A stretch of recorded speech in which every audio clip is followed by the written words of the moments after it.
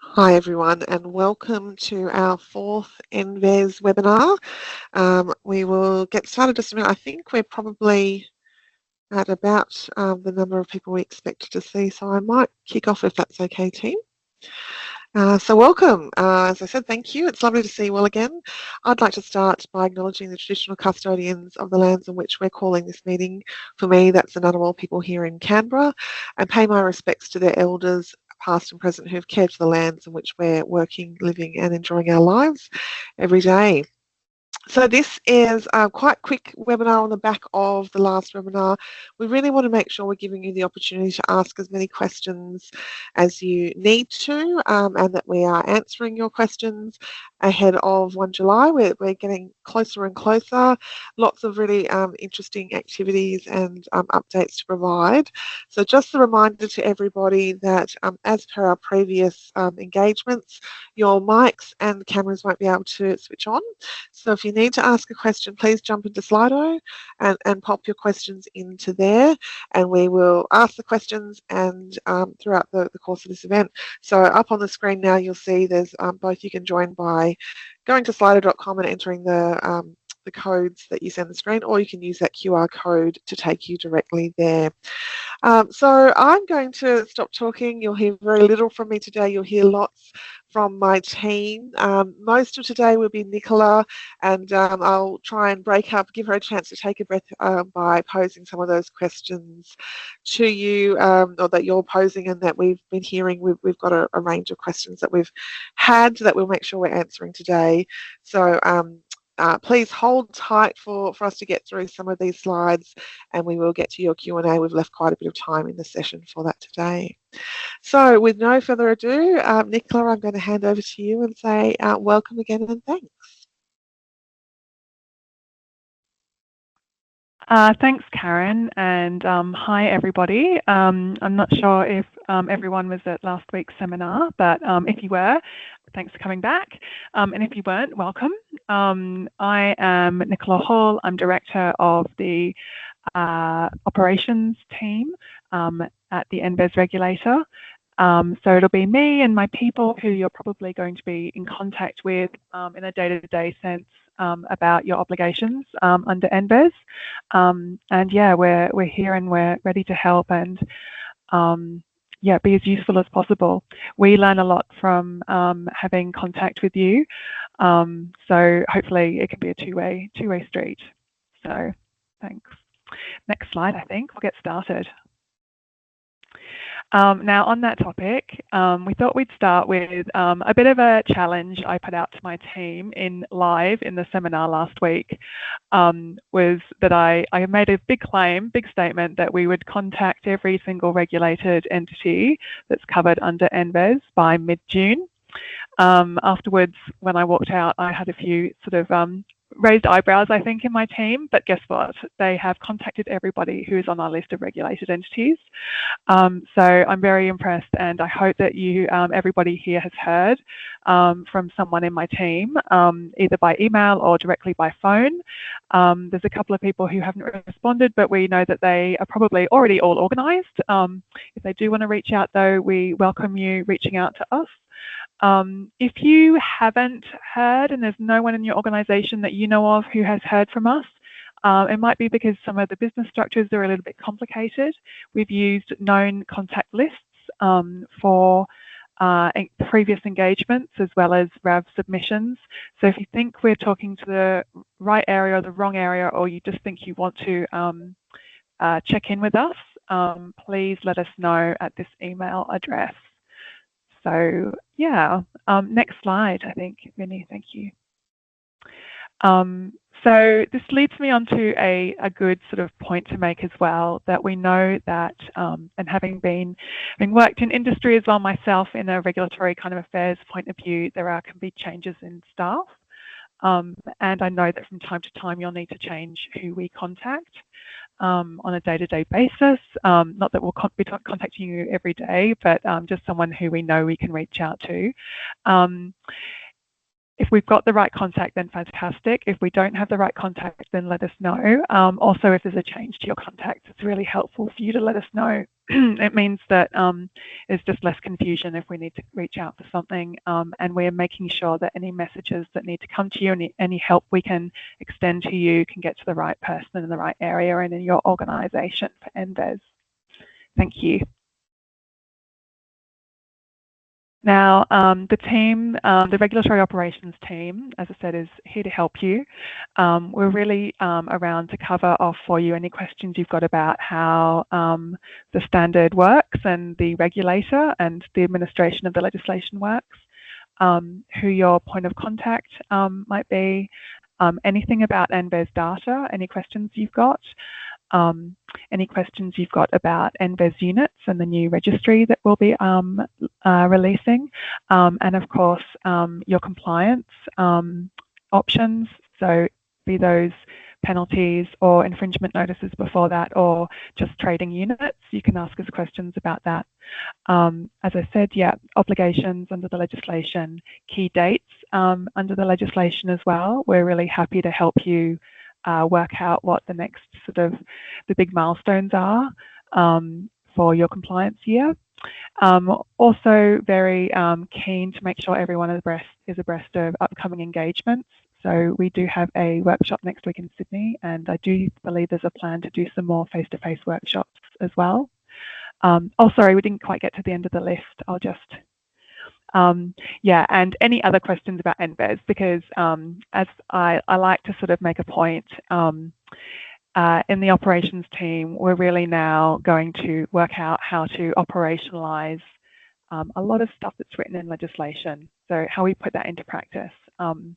So you might have questions about that, and they're probably really good questions that you can ask us and we can think about as well, because it might not have been raised before. So it's always a really good test of the legislation to get questions from participants. All right, we're good for the next slide now. Thank you.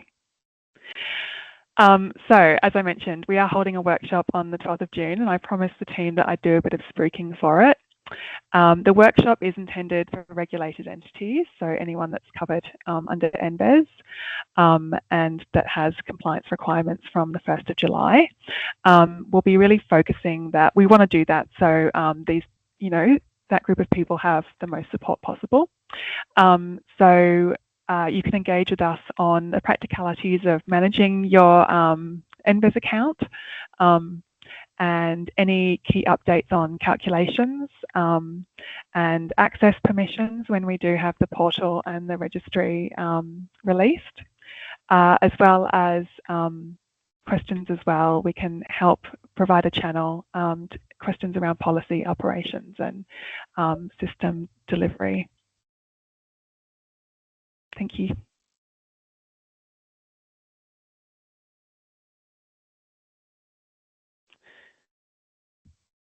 Right, so we thought we'd address the NVES data submission pre-July. Now, a lot of you may already be doing this, but some of you might not know that you can actually go in at the moment and enter NVES data in with your RAV submissions, but that data doesn't count towards anything. It's going to be wiped in July. It's just a bit of a test period for you to see how it goes. So there's 4 NVES fields that are live now in your RAV submissions. As I said, it's purely optional before the 1st of July. You don't have to enter that data, but we do encourage you to do so if you want to get used to it. You can also go to, and what I highly recommend is the very useful guide to the Register of Approved Vehicles to have a look at the rules for those data fields, and that gives you some really key information and guidance on how to fill those fields out. So it's very useful. I think it's page 19 for vehicle type, for instance.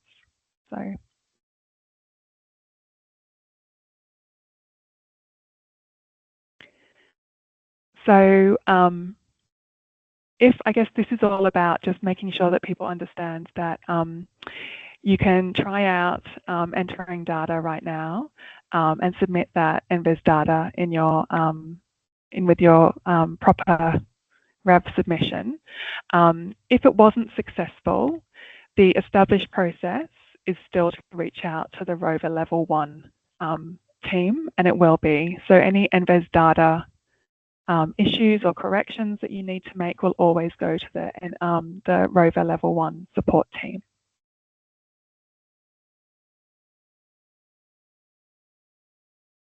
Just a reminder as well, because this has been habit into me to remind people that although we're calling the NVES data not mandatory and sort of like a chance to test out entering those data fields, it is still attached to a true RAV submission. So the data in that does need to be true and accurate because it is a real submission. However, as we've said before, but just to make it really clear, the NVES data that you submit before the 1st of July is not compulsory, and because of that, we'll be wiping it in the first couple of days of July, and it's not going to count towards anything. So pre-July, any data that you enter into the NVES fields won't count towards your final interim emissions value for 2025. The flip side of that is that after 1 July, that data will count towards your IEV. So hopefully that's clear to everybody. All right, excellent. Now I'm just going to grab a drink of water because I'm beginning to get a bit of a dry mouth. All right, so 1 July is where it gets real for everybody, and the data that's entered is going towards your NVES total for 2025. What we thought we'd do now at the moment is just give you a bit of an update on some things we said we were going to do and some things that are still in progress for that date. Okay, so a really big development since last week has been that the updates for the definitions of mass and running order and rated towing capacity that amendment has been signed by the Minister. Now it still has to go through a process and it hasn't been registered yet in the Federal Register of Legislation, but it will be shortly. So we expect, and well actually at the moment as it stands, that new amendment will be enforced from 1 July 2025. We intend as soon as it's registered in the Federal Register of Legislation, we will make sure that something is sent out to everybody so you can see the new determination with those definitions. So work that is in progress though, and some of you will be very interested in. The WLTP, which is coming in at the end of the year, is of course important for everybody to consider, but the NVES actually still works by the NEDC. So we're developing a procedure, a conversion procedure for your emissions values so that they are appropriate for NVES if you're using WLTP. This conversion procedure is going to be incorporated into an ADR, and we're going to finalise this as soon as possible. And our critical date that we're working to is November for that. Thanks.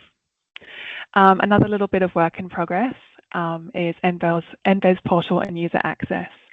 So this will be quite exciting. This is, at the moment you're working in Rover, but the intention is that regulated entities can access an NVES portal to see your NVES information, and this should be available from around September this year. This is where you'll be able to apply for an NVES unit registry account, and you can organise all the access for your users. So if you've got questions about who's going to be able to work on your NVES specific information and any unit transactions and things like that, we'll help you work out how to get them access and how to get into the portal. You'll see it's going to be quite straightforward. It's going to be built to be quite intuitive. So you'll be able to arrange that access for people in there. So yeah, but that'll be one of the things I think we'll be giving people a lot of support around when that becomes available. Just also point out though that until February there won't be any units that actually exist. So it'll be a bit of an anticlimax. There won't be much to see in the portal until, and definitely no trading or transactions can happen until units are actually made, the first units are made in February next year. Thanks, next slide.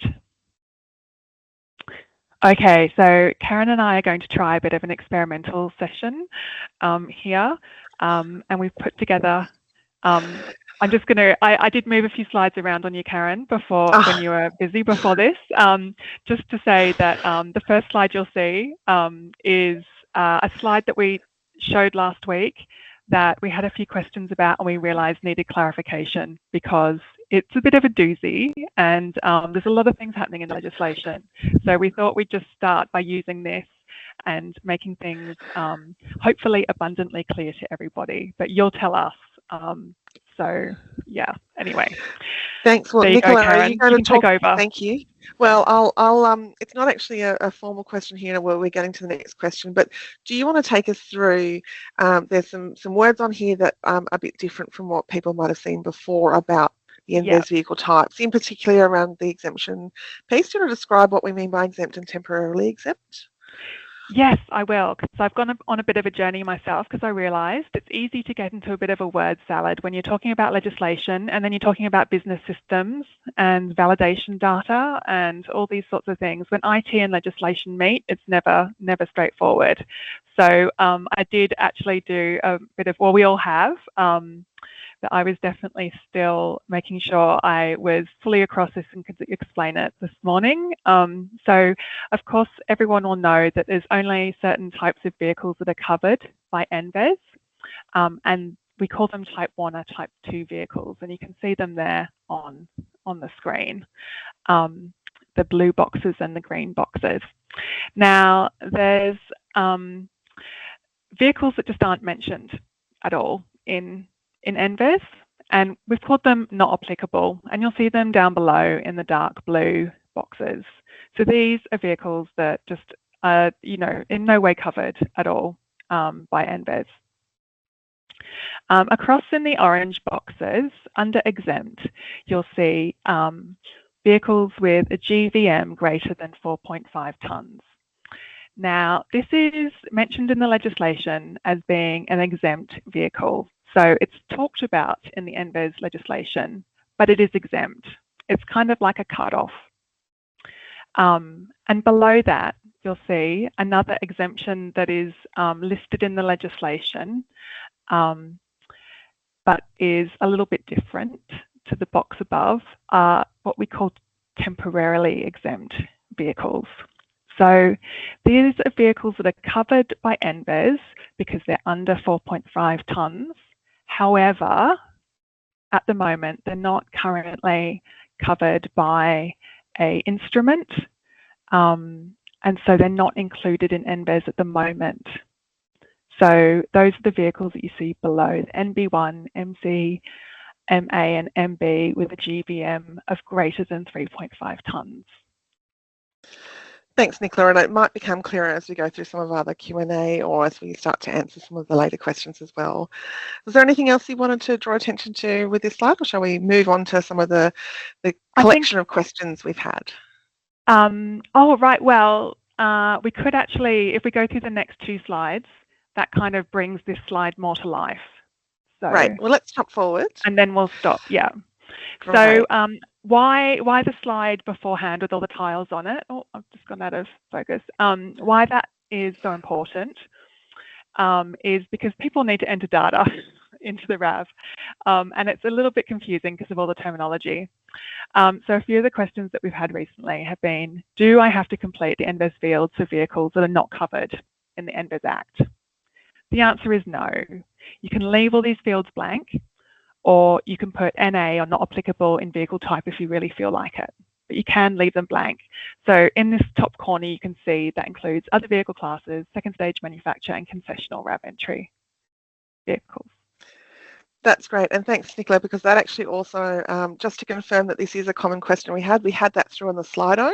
The exact question being, can you please confirm that for an SSM, which for everyone's understanding, the second stage manufacturer, RAV submission after 1 July, the 4 NVES fields are to remain blank, and this won't cause the SSM submission to fail. So thank you, you've answered that beautifully. And then the next slide. Hopefully I'm reading some minds. The next slide is about exempt vehicles. So these are the vehicles that are in the top corner. And the questions that we've had is, do I have to complete the NVES vehicles for vehicles that are currently exempt?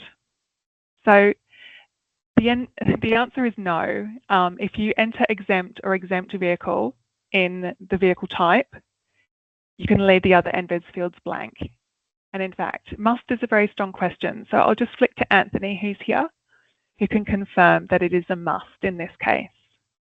Yes, you must, if the vehicle is exempt, under one of those temporary exemptions, you must enter the vehicle type as exempt or exempt vehicle, and you must then leave the remaining NVES fields blank. Right. And can I just round that out to say that's because if they put in any data into those other 3 fields, the validations will cause that to fail. Am I right? Correct. Yeah. Fantastic. And there's really good guidance on this and all of the validations in the RAV guidance document that was updated for May. So if people are having problems when they're entering data, because we did tighten some of the validations throughout, not just NVES, it wasn't just NVES we introduced, a few of the other validations were tightened to help with data accuracy. The RAV guidance is a really good source to go to just to double check to make sure you're not going crazy, that there has been a tightening of validations in some cases. Great. All right, let's jump on to the next question. So, Nicola, can I earn units for exempt vehicles? And I think in talking about this, we can, now we've got that language to say those temporarily exempt vehicles, I think is where this question comes from. Yeah, and the answer, sadly, is no, you can't earn units at the moment. Thank you. Right, so this comes back to lots of people being a little bit unsure. We haven't had a whole range of, we've had some people coming into RAV and entering their data, but we've got some people who are saying, not sure I want to do that yet. Can I still submit data to the NVES test environment? The answer is yes. You can still use a test environment if you'd like to, but we're no longer monitoring it, I guess. So there might be a few issues with it. Sometimes there's a few gremlins. So we don't really have a lot of active support for the test environment at the moment, but it is still open for you to use. What we do really encourage, though, is for you to maybe use the live RAV for testing before 1 July. When I say testing, obviously it's got to be a real RAV submission, but if you want to play around with the NVES fields, it's a good time to do so. That's what you'll get is a more realistic reflection of what the actual validation rules are in the live rover at the moment. And you can also do those large submission uploads that I know a lot of people use because of the sheer numbers of submissions that you're doing. Great, thank you. Let's jump forward. So deleting NVES data, and I think we had this the last webinar, and I can understand why people are nervous. Are you sure that the NVES data I submit before 1 July will be deleted? It is going to be deleted.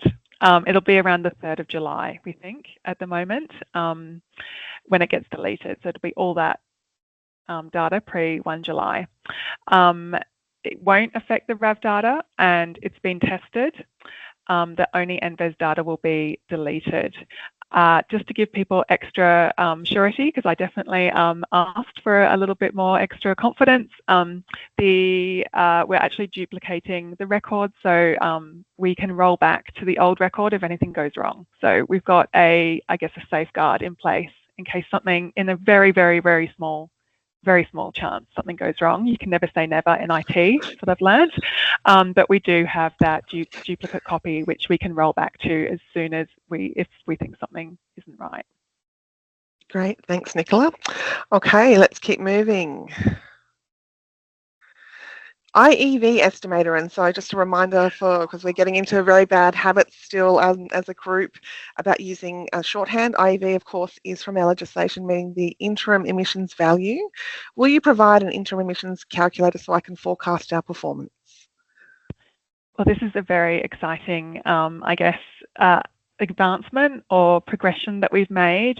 We can say that we do expect to make an estimator available for regulated entities, and really its purpose will be so you can form a better idea of your potential performance for a given year and future years.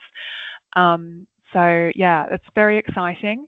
We still have to, we're working on it. It is actually, it probably goes into that work in progress category, doesn't it, Karen, now? But yeah, we will be aiming to make something available which people can use outside of the NVES portal that will help them work out, just play around and work out some potential scenarios for future years. Oh, sorry, come back off mute. And thank you very much. Look, the questions are coming through thick and fast and Slido. We are now at the end of here's a bunch of questions that we'd had in a range of different times and places and over time. So thank you everyone for bearing with us to that, and I think it did answer some of the questions that we had seen. But we're now going to jump to the Slido questions that have come in. So I'll invite a couple of our colleagues, so it might be Nicola, it might be Anthony, it might be some of our other colleagues to answer some of these questions. And we're going to start just at the top with a question that has been asked before, and so just thank you to those to the Keen being the person who asked us the question before we even got into the webinar today. That's what we like to see. Big gold star. So we'll start with your question, and that is, when calculating the designated MIRO, how many decimal places should you use? Also, how do you round it off? And I'm going to pass to you, Anthony. Yeah, no worries. Thanks, Karen. Look, the designated MIRO isn't a number you calculate. It's set out in the legislation. It's a round number running from 1,500 up to 2,400. Probably the more specific question is, how do you relate it to the massive running order itself? So what you'll need to take notice of is that the definition of MIRO is a rounded whole number, and it's rounded to the nearest whole number. The way that rounding occurs is if you have a decimal point of 0.5 or more, you round it up. Otherwise, you round it down. And that's then the number you compare to the designated MIRO for the purposes of calculating an IEV. Thanks, Karen. Thanks, Anthony. And I understand we will put some technical guidance out about this as we start to get into the real world and once we've got our new website pieces available. Fantastic. Okie dokie. So moving on to the next question, there was discussion about having the correct contact person as something you could allocate in Rover. When will this be possible? Nicola, can I throw to you? Yeah, that's a really good question. So it will be when the NVES portal is live. So everyone will be able to work out who has access, who can do what in the portal, and the portal also is like the window to your registry account as well. So for any sort of unit information or trading or transactions, you can organize who actually has access and has permission to either view and do something, initiate something, or view, initiate, or even authorize a transaction. So that will all be ready to go, but not until we've been able to release that sort of system that we're building right now. In the meantime, though, please let my team know who we should be kind of, I guess, anticipating will need access, and we can definitely help you walk through that when the time comes to make sure it's super quick and straightforward for everybody. Thanks, Nicola. And I might just add to the back of it, we know that for many of you, either on the call or perhaps watching this again later, are having to work between different Australian-based companies, different international companies, or just sometimes between different arms of the companies. And so there's some complexity for you on the business end in actually making sure people understand what are you asking permission for, what are you trying to actually achieve. Certainly the account managers for each of the regulated entities are a great resource for you to talk to about what does this mean, what kind of permissions are you trying to achieve, how are you trying to actually make your business work for you. So let's keep moving. Oh, sorry, I was just going to say, Karen, we know the team knows it can be super complicated. It can be really straightforward in some cases, but it can be more complicated in others. And so please help us help you. We're really keen to understand and to tailor how we work with you for your particular kind of structure as far as we can. Yeah. Thanks, Nicola. That's great. Great to hear. So I'm going to keep going through because the questions are coming through thick and fast, and some of them are in response to some of our earlier questions. So I might do a little attempt to try and gather some together. So I'm going to start with the next one on the list, which is if data needs to be entered by 1 July, how can the conversion process not be published in an ADR until November? And we did actually publish a response to that in through the moderator thing in Slido, but I thought I'd read it out for everyone. And that is that the current ADR that mandates the CO2 emissions testing requires NEDC testing. The November date refers to the fact of the start of the WLTP testing that's required for new vehicles via ADR 7905. So that's why it's not needing to come in before that time, because ADR comes into effect under that WLTP testing in November. So I think that then is linked to another question, and so I'm just going to jump down a couple of questions. So if I'm missing your question, don't panic, I will come back to them. But that is, what if you're using WLTP already? Again, we've posted an answer, but just to make sure everyone hears that, and that's that if WLTP is being used more widely, we can have a look at what it is we can do to provide some broader guidance earlier than those actual legislative changes. We do encourage you to get in touch with the department, and it is our policy colleagues who are working through those processes, and so we've popped it up there into that piece. Jen, I might ask you to put at the end of this this presentation into the chat both our NVES Regulator email address and also the cleaner cards at infrastructure.gov.au. That is two halves of the NVES whole. So that WLTP question about if it's being used earlier, that is the email address to go to, cleaner cards at infrastructure.gov.au. I see Lulu, you've popped up, and this is our policy colleague who is working through this trickiness now. So to you, Lulu. Thank you, Karen, and thank you for sort of answering that question. I thought I might chip in and to add a bit more context as well in relation to the answer. So the current Australian design rule that's in place to measure CO2 emissions for vehicles, that's ADR 8002. So that specifies an NEDC test. So that's what applies at the moment to vehicles. As Karen mentioned, the new WLTP testing requirement will come in from 1st of December and begin to apply to new vehicles from that date. So that's why we work into a critical date of November. I do understand that currently there are some vehicles, in particular plug-in hybrid electric vehicles, that are being tested to WLTP already. And so they've been issued a minor and inconsequential notice under the current ADR 8002.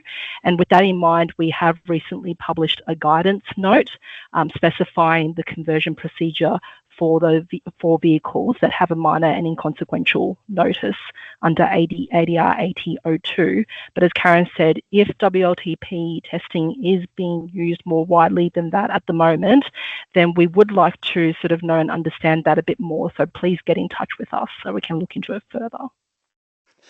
Thanks, Lulu, and thanks very much for reminding me. I had forgotten about that guidance that was recently published, and as you say, is working under certain circumstances currently. So thank you very much for that. So we're just going to pop back to Anthony, your earlier question in relation to the rounding. So to Anthony's response on Miro, can I please confirm that for, say, a 1,300 kilo vehicle, we enter 1300, or 1500 on the RAV. So I guess without any decimal places. Yep. I now understand more deeply what the question's really about. So the important thing is, of the 4 new fields you've got to enter on RAV for covered vehicles from 1 July, the Miro is the Miro, not the designated Miro. So you'll, in the example given, you'll enter 1300 as your Miro number. Designating Miro is something that's set out in legislation and would be built into the calculation of the IEV in due course by the system. It'll be used to compare your Miro entry as to whether it's above or below those breakpoints. So from the RAV entry end, you enter the Miro in the example given 1300. Thanks, Karen. Thanks, Anthony. So we will keep moving forward. I'm getting things are moving around a little bit, so because people are voting up those questions that they want to have answered. So I'm going to jump to the one that's got the 2 thumbs up right now. So just a reminder to people as well, if you're seeing a question on the Slido that you would like to hear answered, you don't have to ask it again or separately. You can give it a thumbs up and it will pop up as one that we will jump to. So the question is, when will the guidance be issued? Now, I'm not entirely sure which guidance that refers to, but I'm going to take a guess and say that was in relation to the conversation we just had with Lulu. And also there was a sort of set of questions around that as well, and including that a guidance note's not legislation. How can this be used? Lulu, did you want to jump in on those?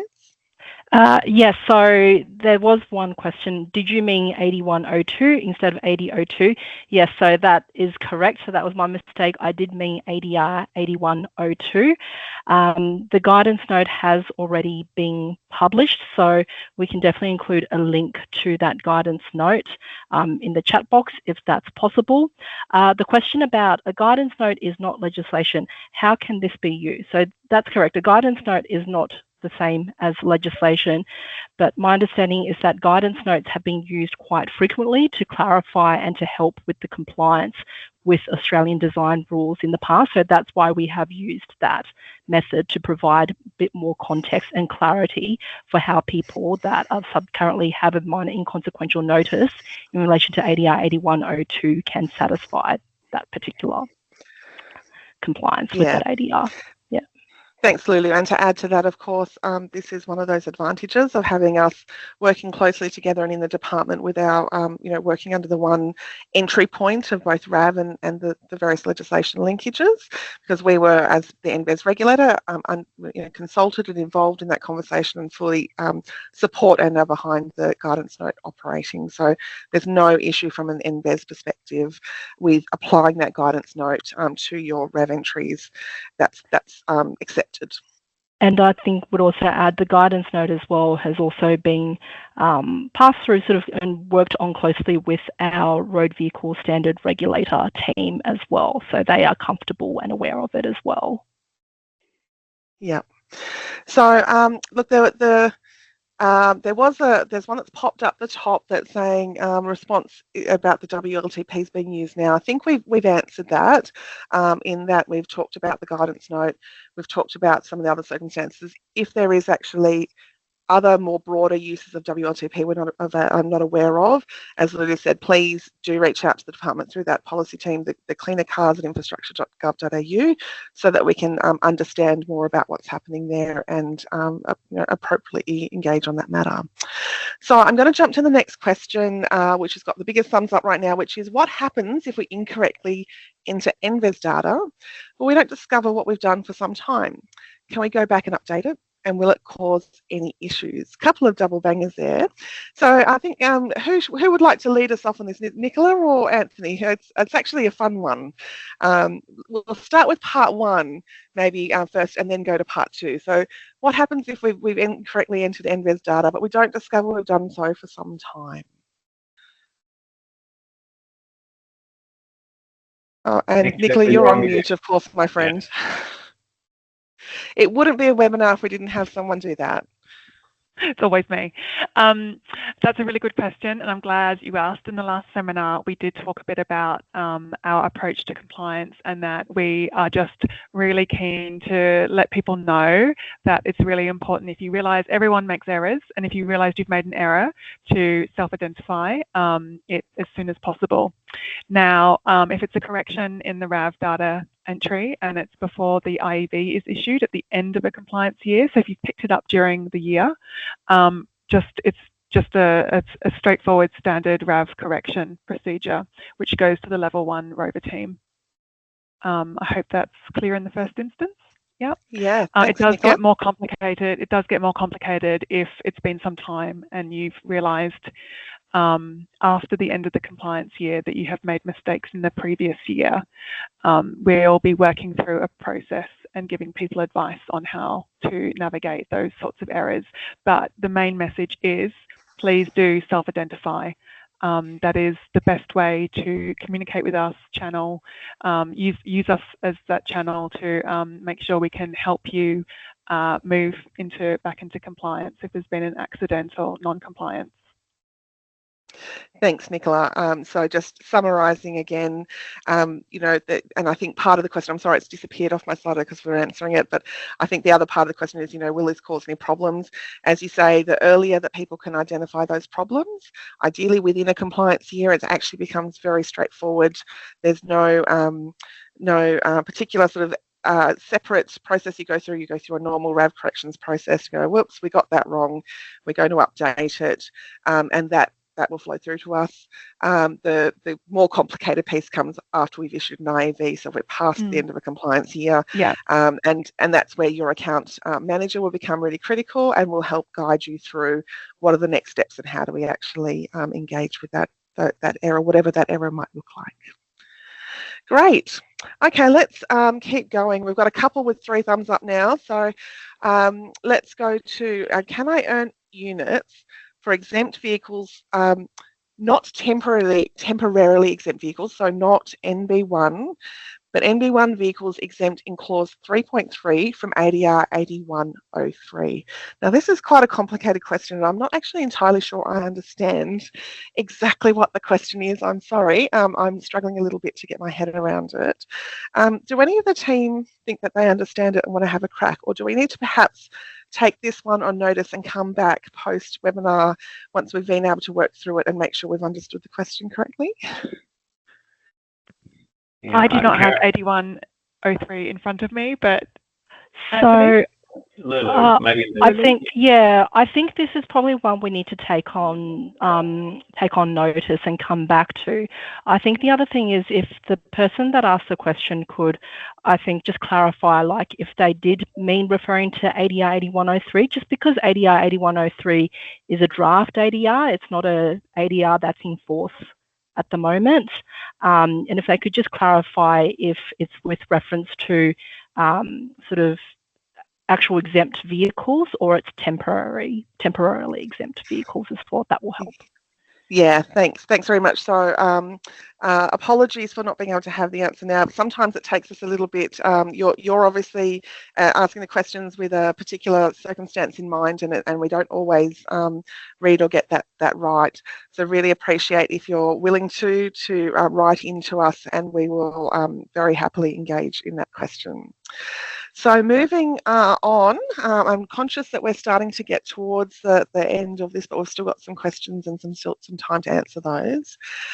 So contents of IEVs and FEVs. So this is contents of the interim emissions value and the final emissions value. Is it possible to check other companies' performance in addition to your own performance? Nicola, did you want to go with this one? I think it's a question which people might not realise is actually about our publication, rather than checking performance in the way that you might be thinking, or that the questioner might be thinking about in the dashboard. Yeah, so another, I guess, work in progress for the regulator is we'll have our own website soon, won't we, Karen and team? So we're going to have a website, and on that website we're also going to include information that we're required to publish under the Act. And there are several areas in the Act that we do have requirements for publication, and one of them is around IEV data. So as people hopefully already know, IEVs are going to be, if a reporting a compliance year closes on the 31st of December, we'll be looking at that data and doing calculations during January. Lucky us, no summer holidays for anyone in NVES. And then in February, we will be, as soon as practicable in February, we'll be publishing data, and that's when also people will get issued with credits if they have earned credits during the year, or units, I should say. So yeah, it'll be in February where we anticipate we'll be publishing that information. Thanks, Nicola. So yes, just to be clear, there is a section of the Act that requires us as the NVES regulator to publish a range of information, which is not huge, but it does include that we publish who the regulated entities are, what their IEV is, and whether they hold a registry account, and if they hold a registry account, how many units are held in that account. So that is information that you won't be able, in your dashboard, and if you're going into the portal, the NVES portal, you won't be able to flick across and see another entity's performance. Yeah. But after those points in times where we have in fact issued an IEV and then the 3 years later issued our first FEVs and onwards, we will publish that information as we're required to by law. And I think that that leads really nicely onto, Nicola, I might, it's jumped down, but the next question is the timing of FEV issuance. Please let me know if it's been decided when. Oh yes, it has been decided. So the first FEV issuance for 2025 will be issued, I'm looking at my cheat sheet on my wall, on the 1st of February 2028. Thanks, Nicola. Yes, so that is a legislated date, so you can prepare for that to come. Yeah. So it's almost like a bit of a grace period for this first year, the year of 2025. You've got a couple of years to work out how you're going to address. Thanks, Nicola. So there's the number one question is actually in relation to, can you earn units for an exempt vehicle? To which the answer was no. Can you opt in as a Type 2 vehicle and earn credits for an NB1 vehicle? Now I'm going to go a little bit rogue here, and so one of my staff can step in if they think I've got this wrong, but my understanding is very clear that no, there's no opt-in choices for NVES. You're either in or out according to the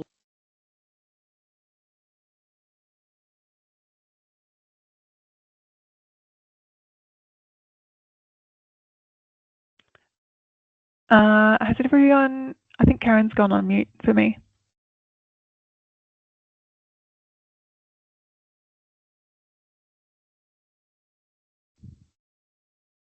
Can you hear me now? I'm back? Okay, good. Apologies for that, everyone.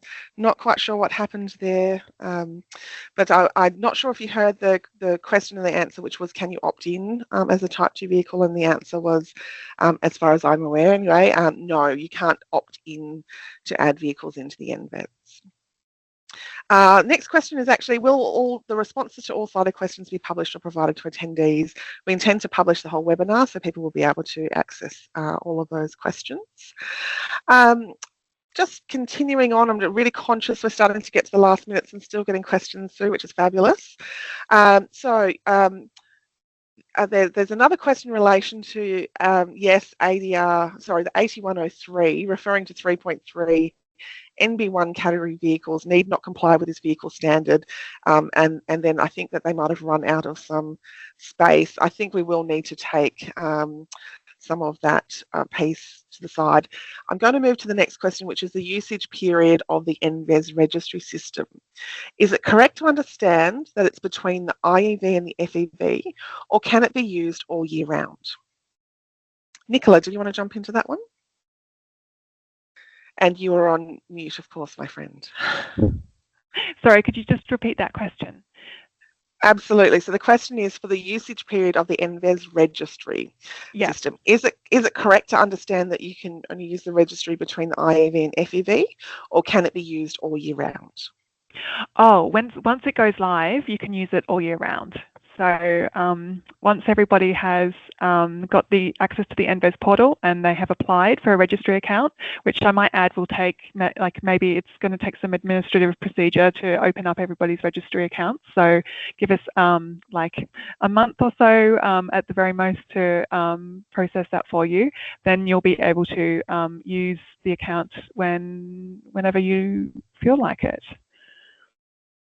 Hang on a moment, but yeah, I think we need to clarify that.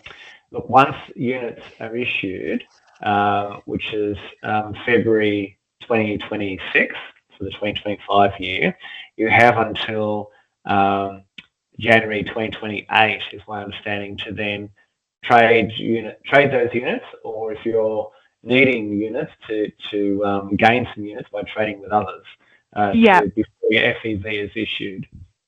Yeah, but you can do that, right? You can do that in between, any time in between the IEV and the FEV. Exactly. But that is actually, Anthony makes a really good point as well, that it's just good if everybody's aware that the units are unlike some other types of similar markets units. They actually extinguish after 3 years. So Anthony, do you want to talk to that they have a limited life? They do have a limited life. Look, and probably, if I do say so myself, this requires a whole session of its own to really go through trading. So really take all this as a bit of an initial sort of voice drop. But look, essentially, yes, units have a life of 3 years, but you have 2 years to bring your IEV back to 0 before the FEV is issued.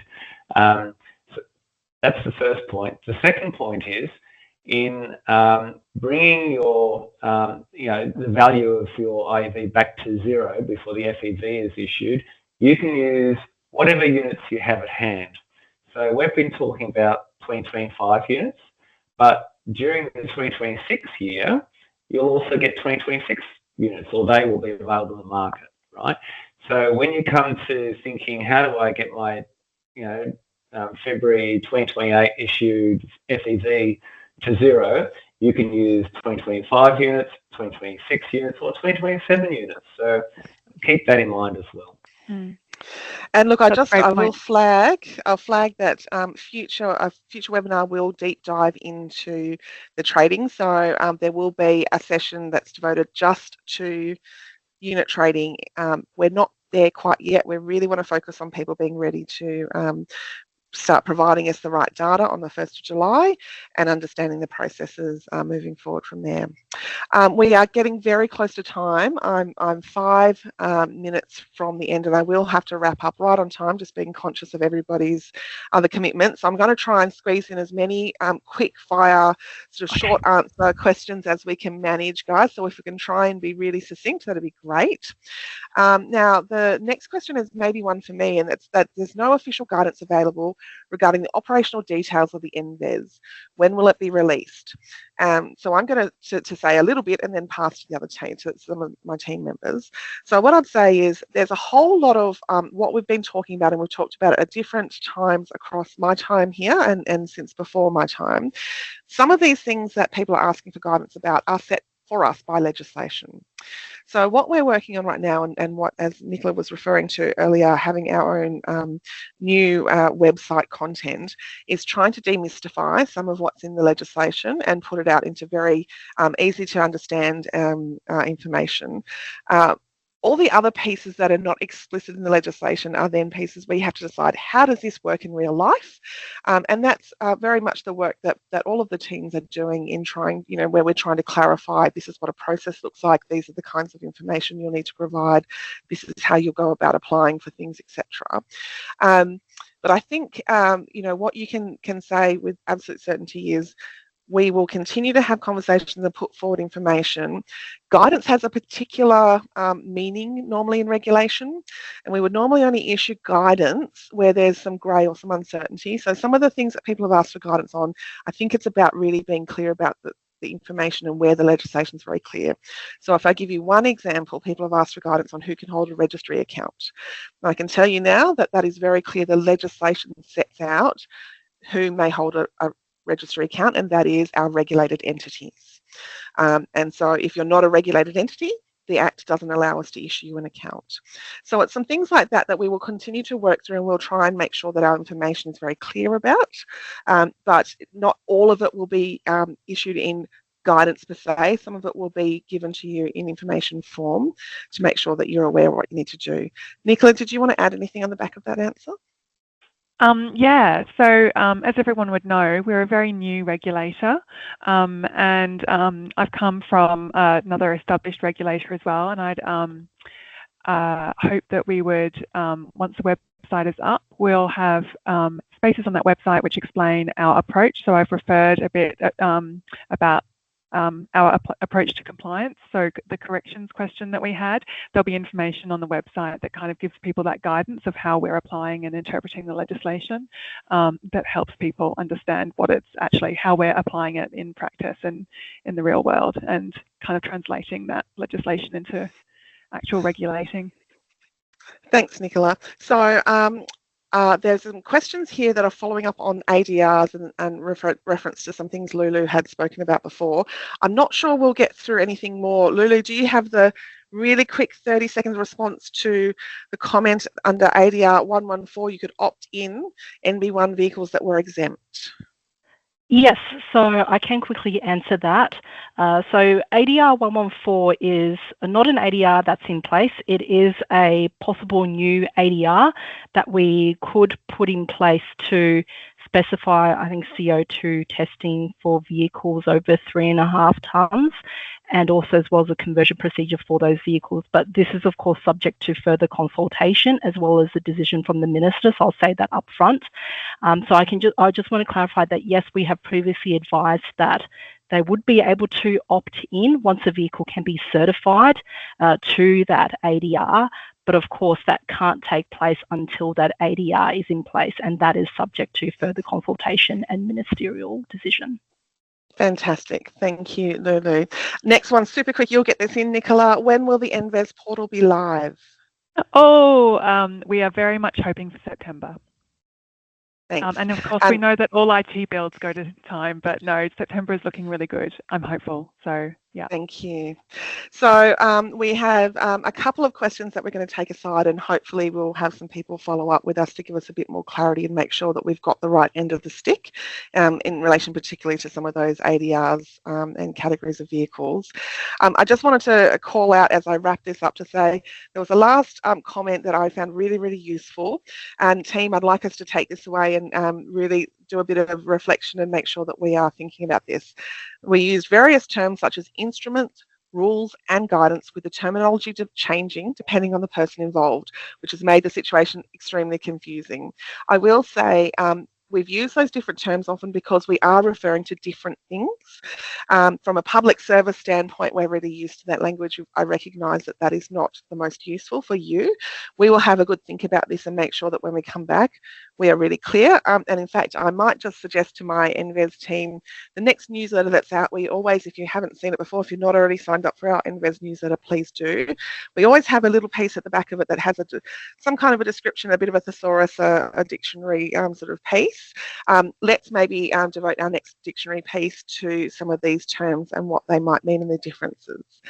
Thank you so much for making the time. I'm sorry I took us a minute over.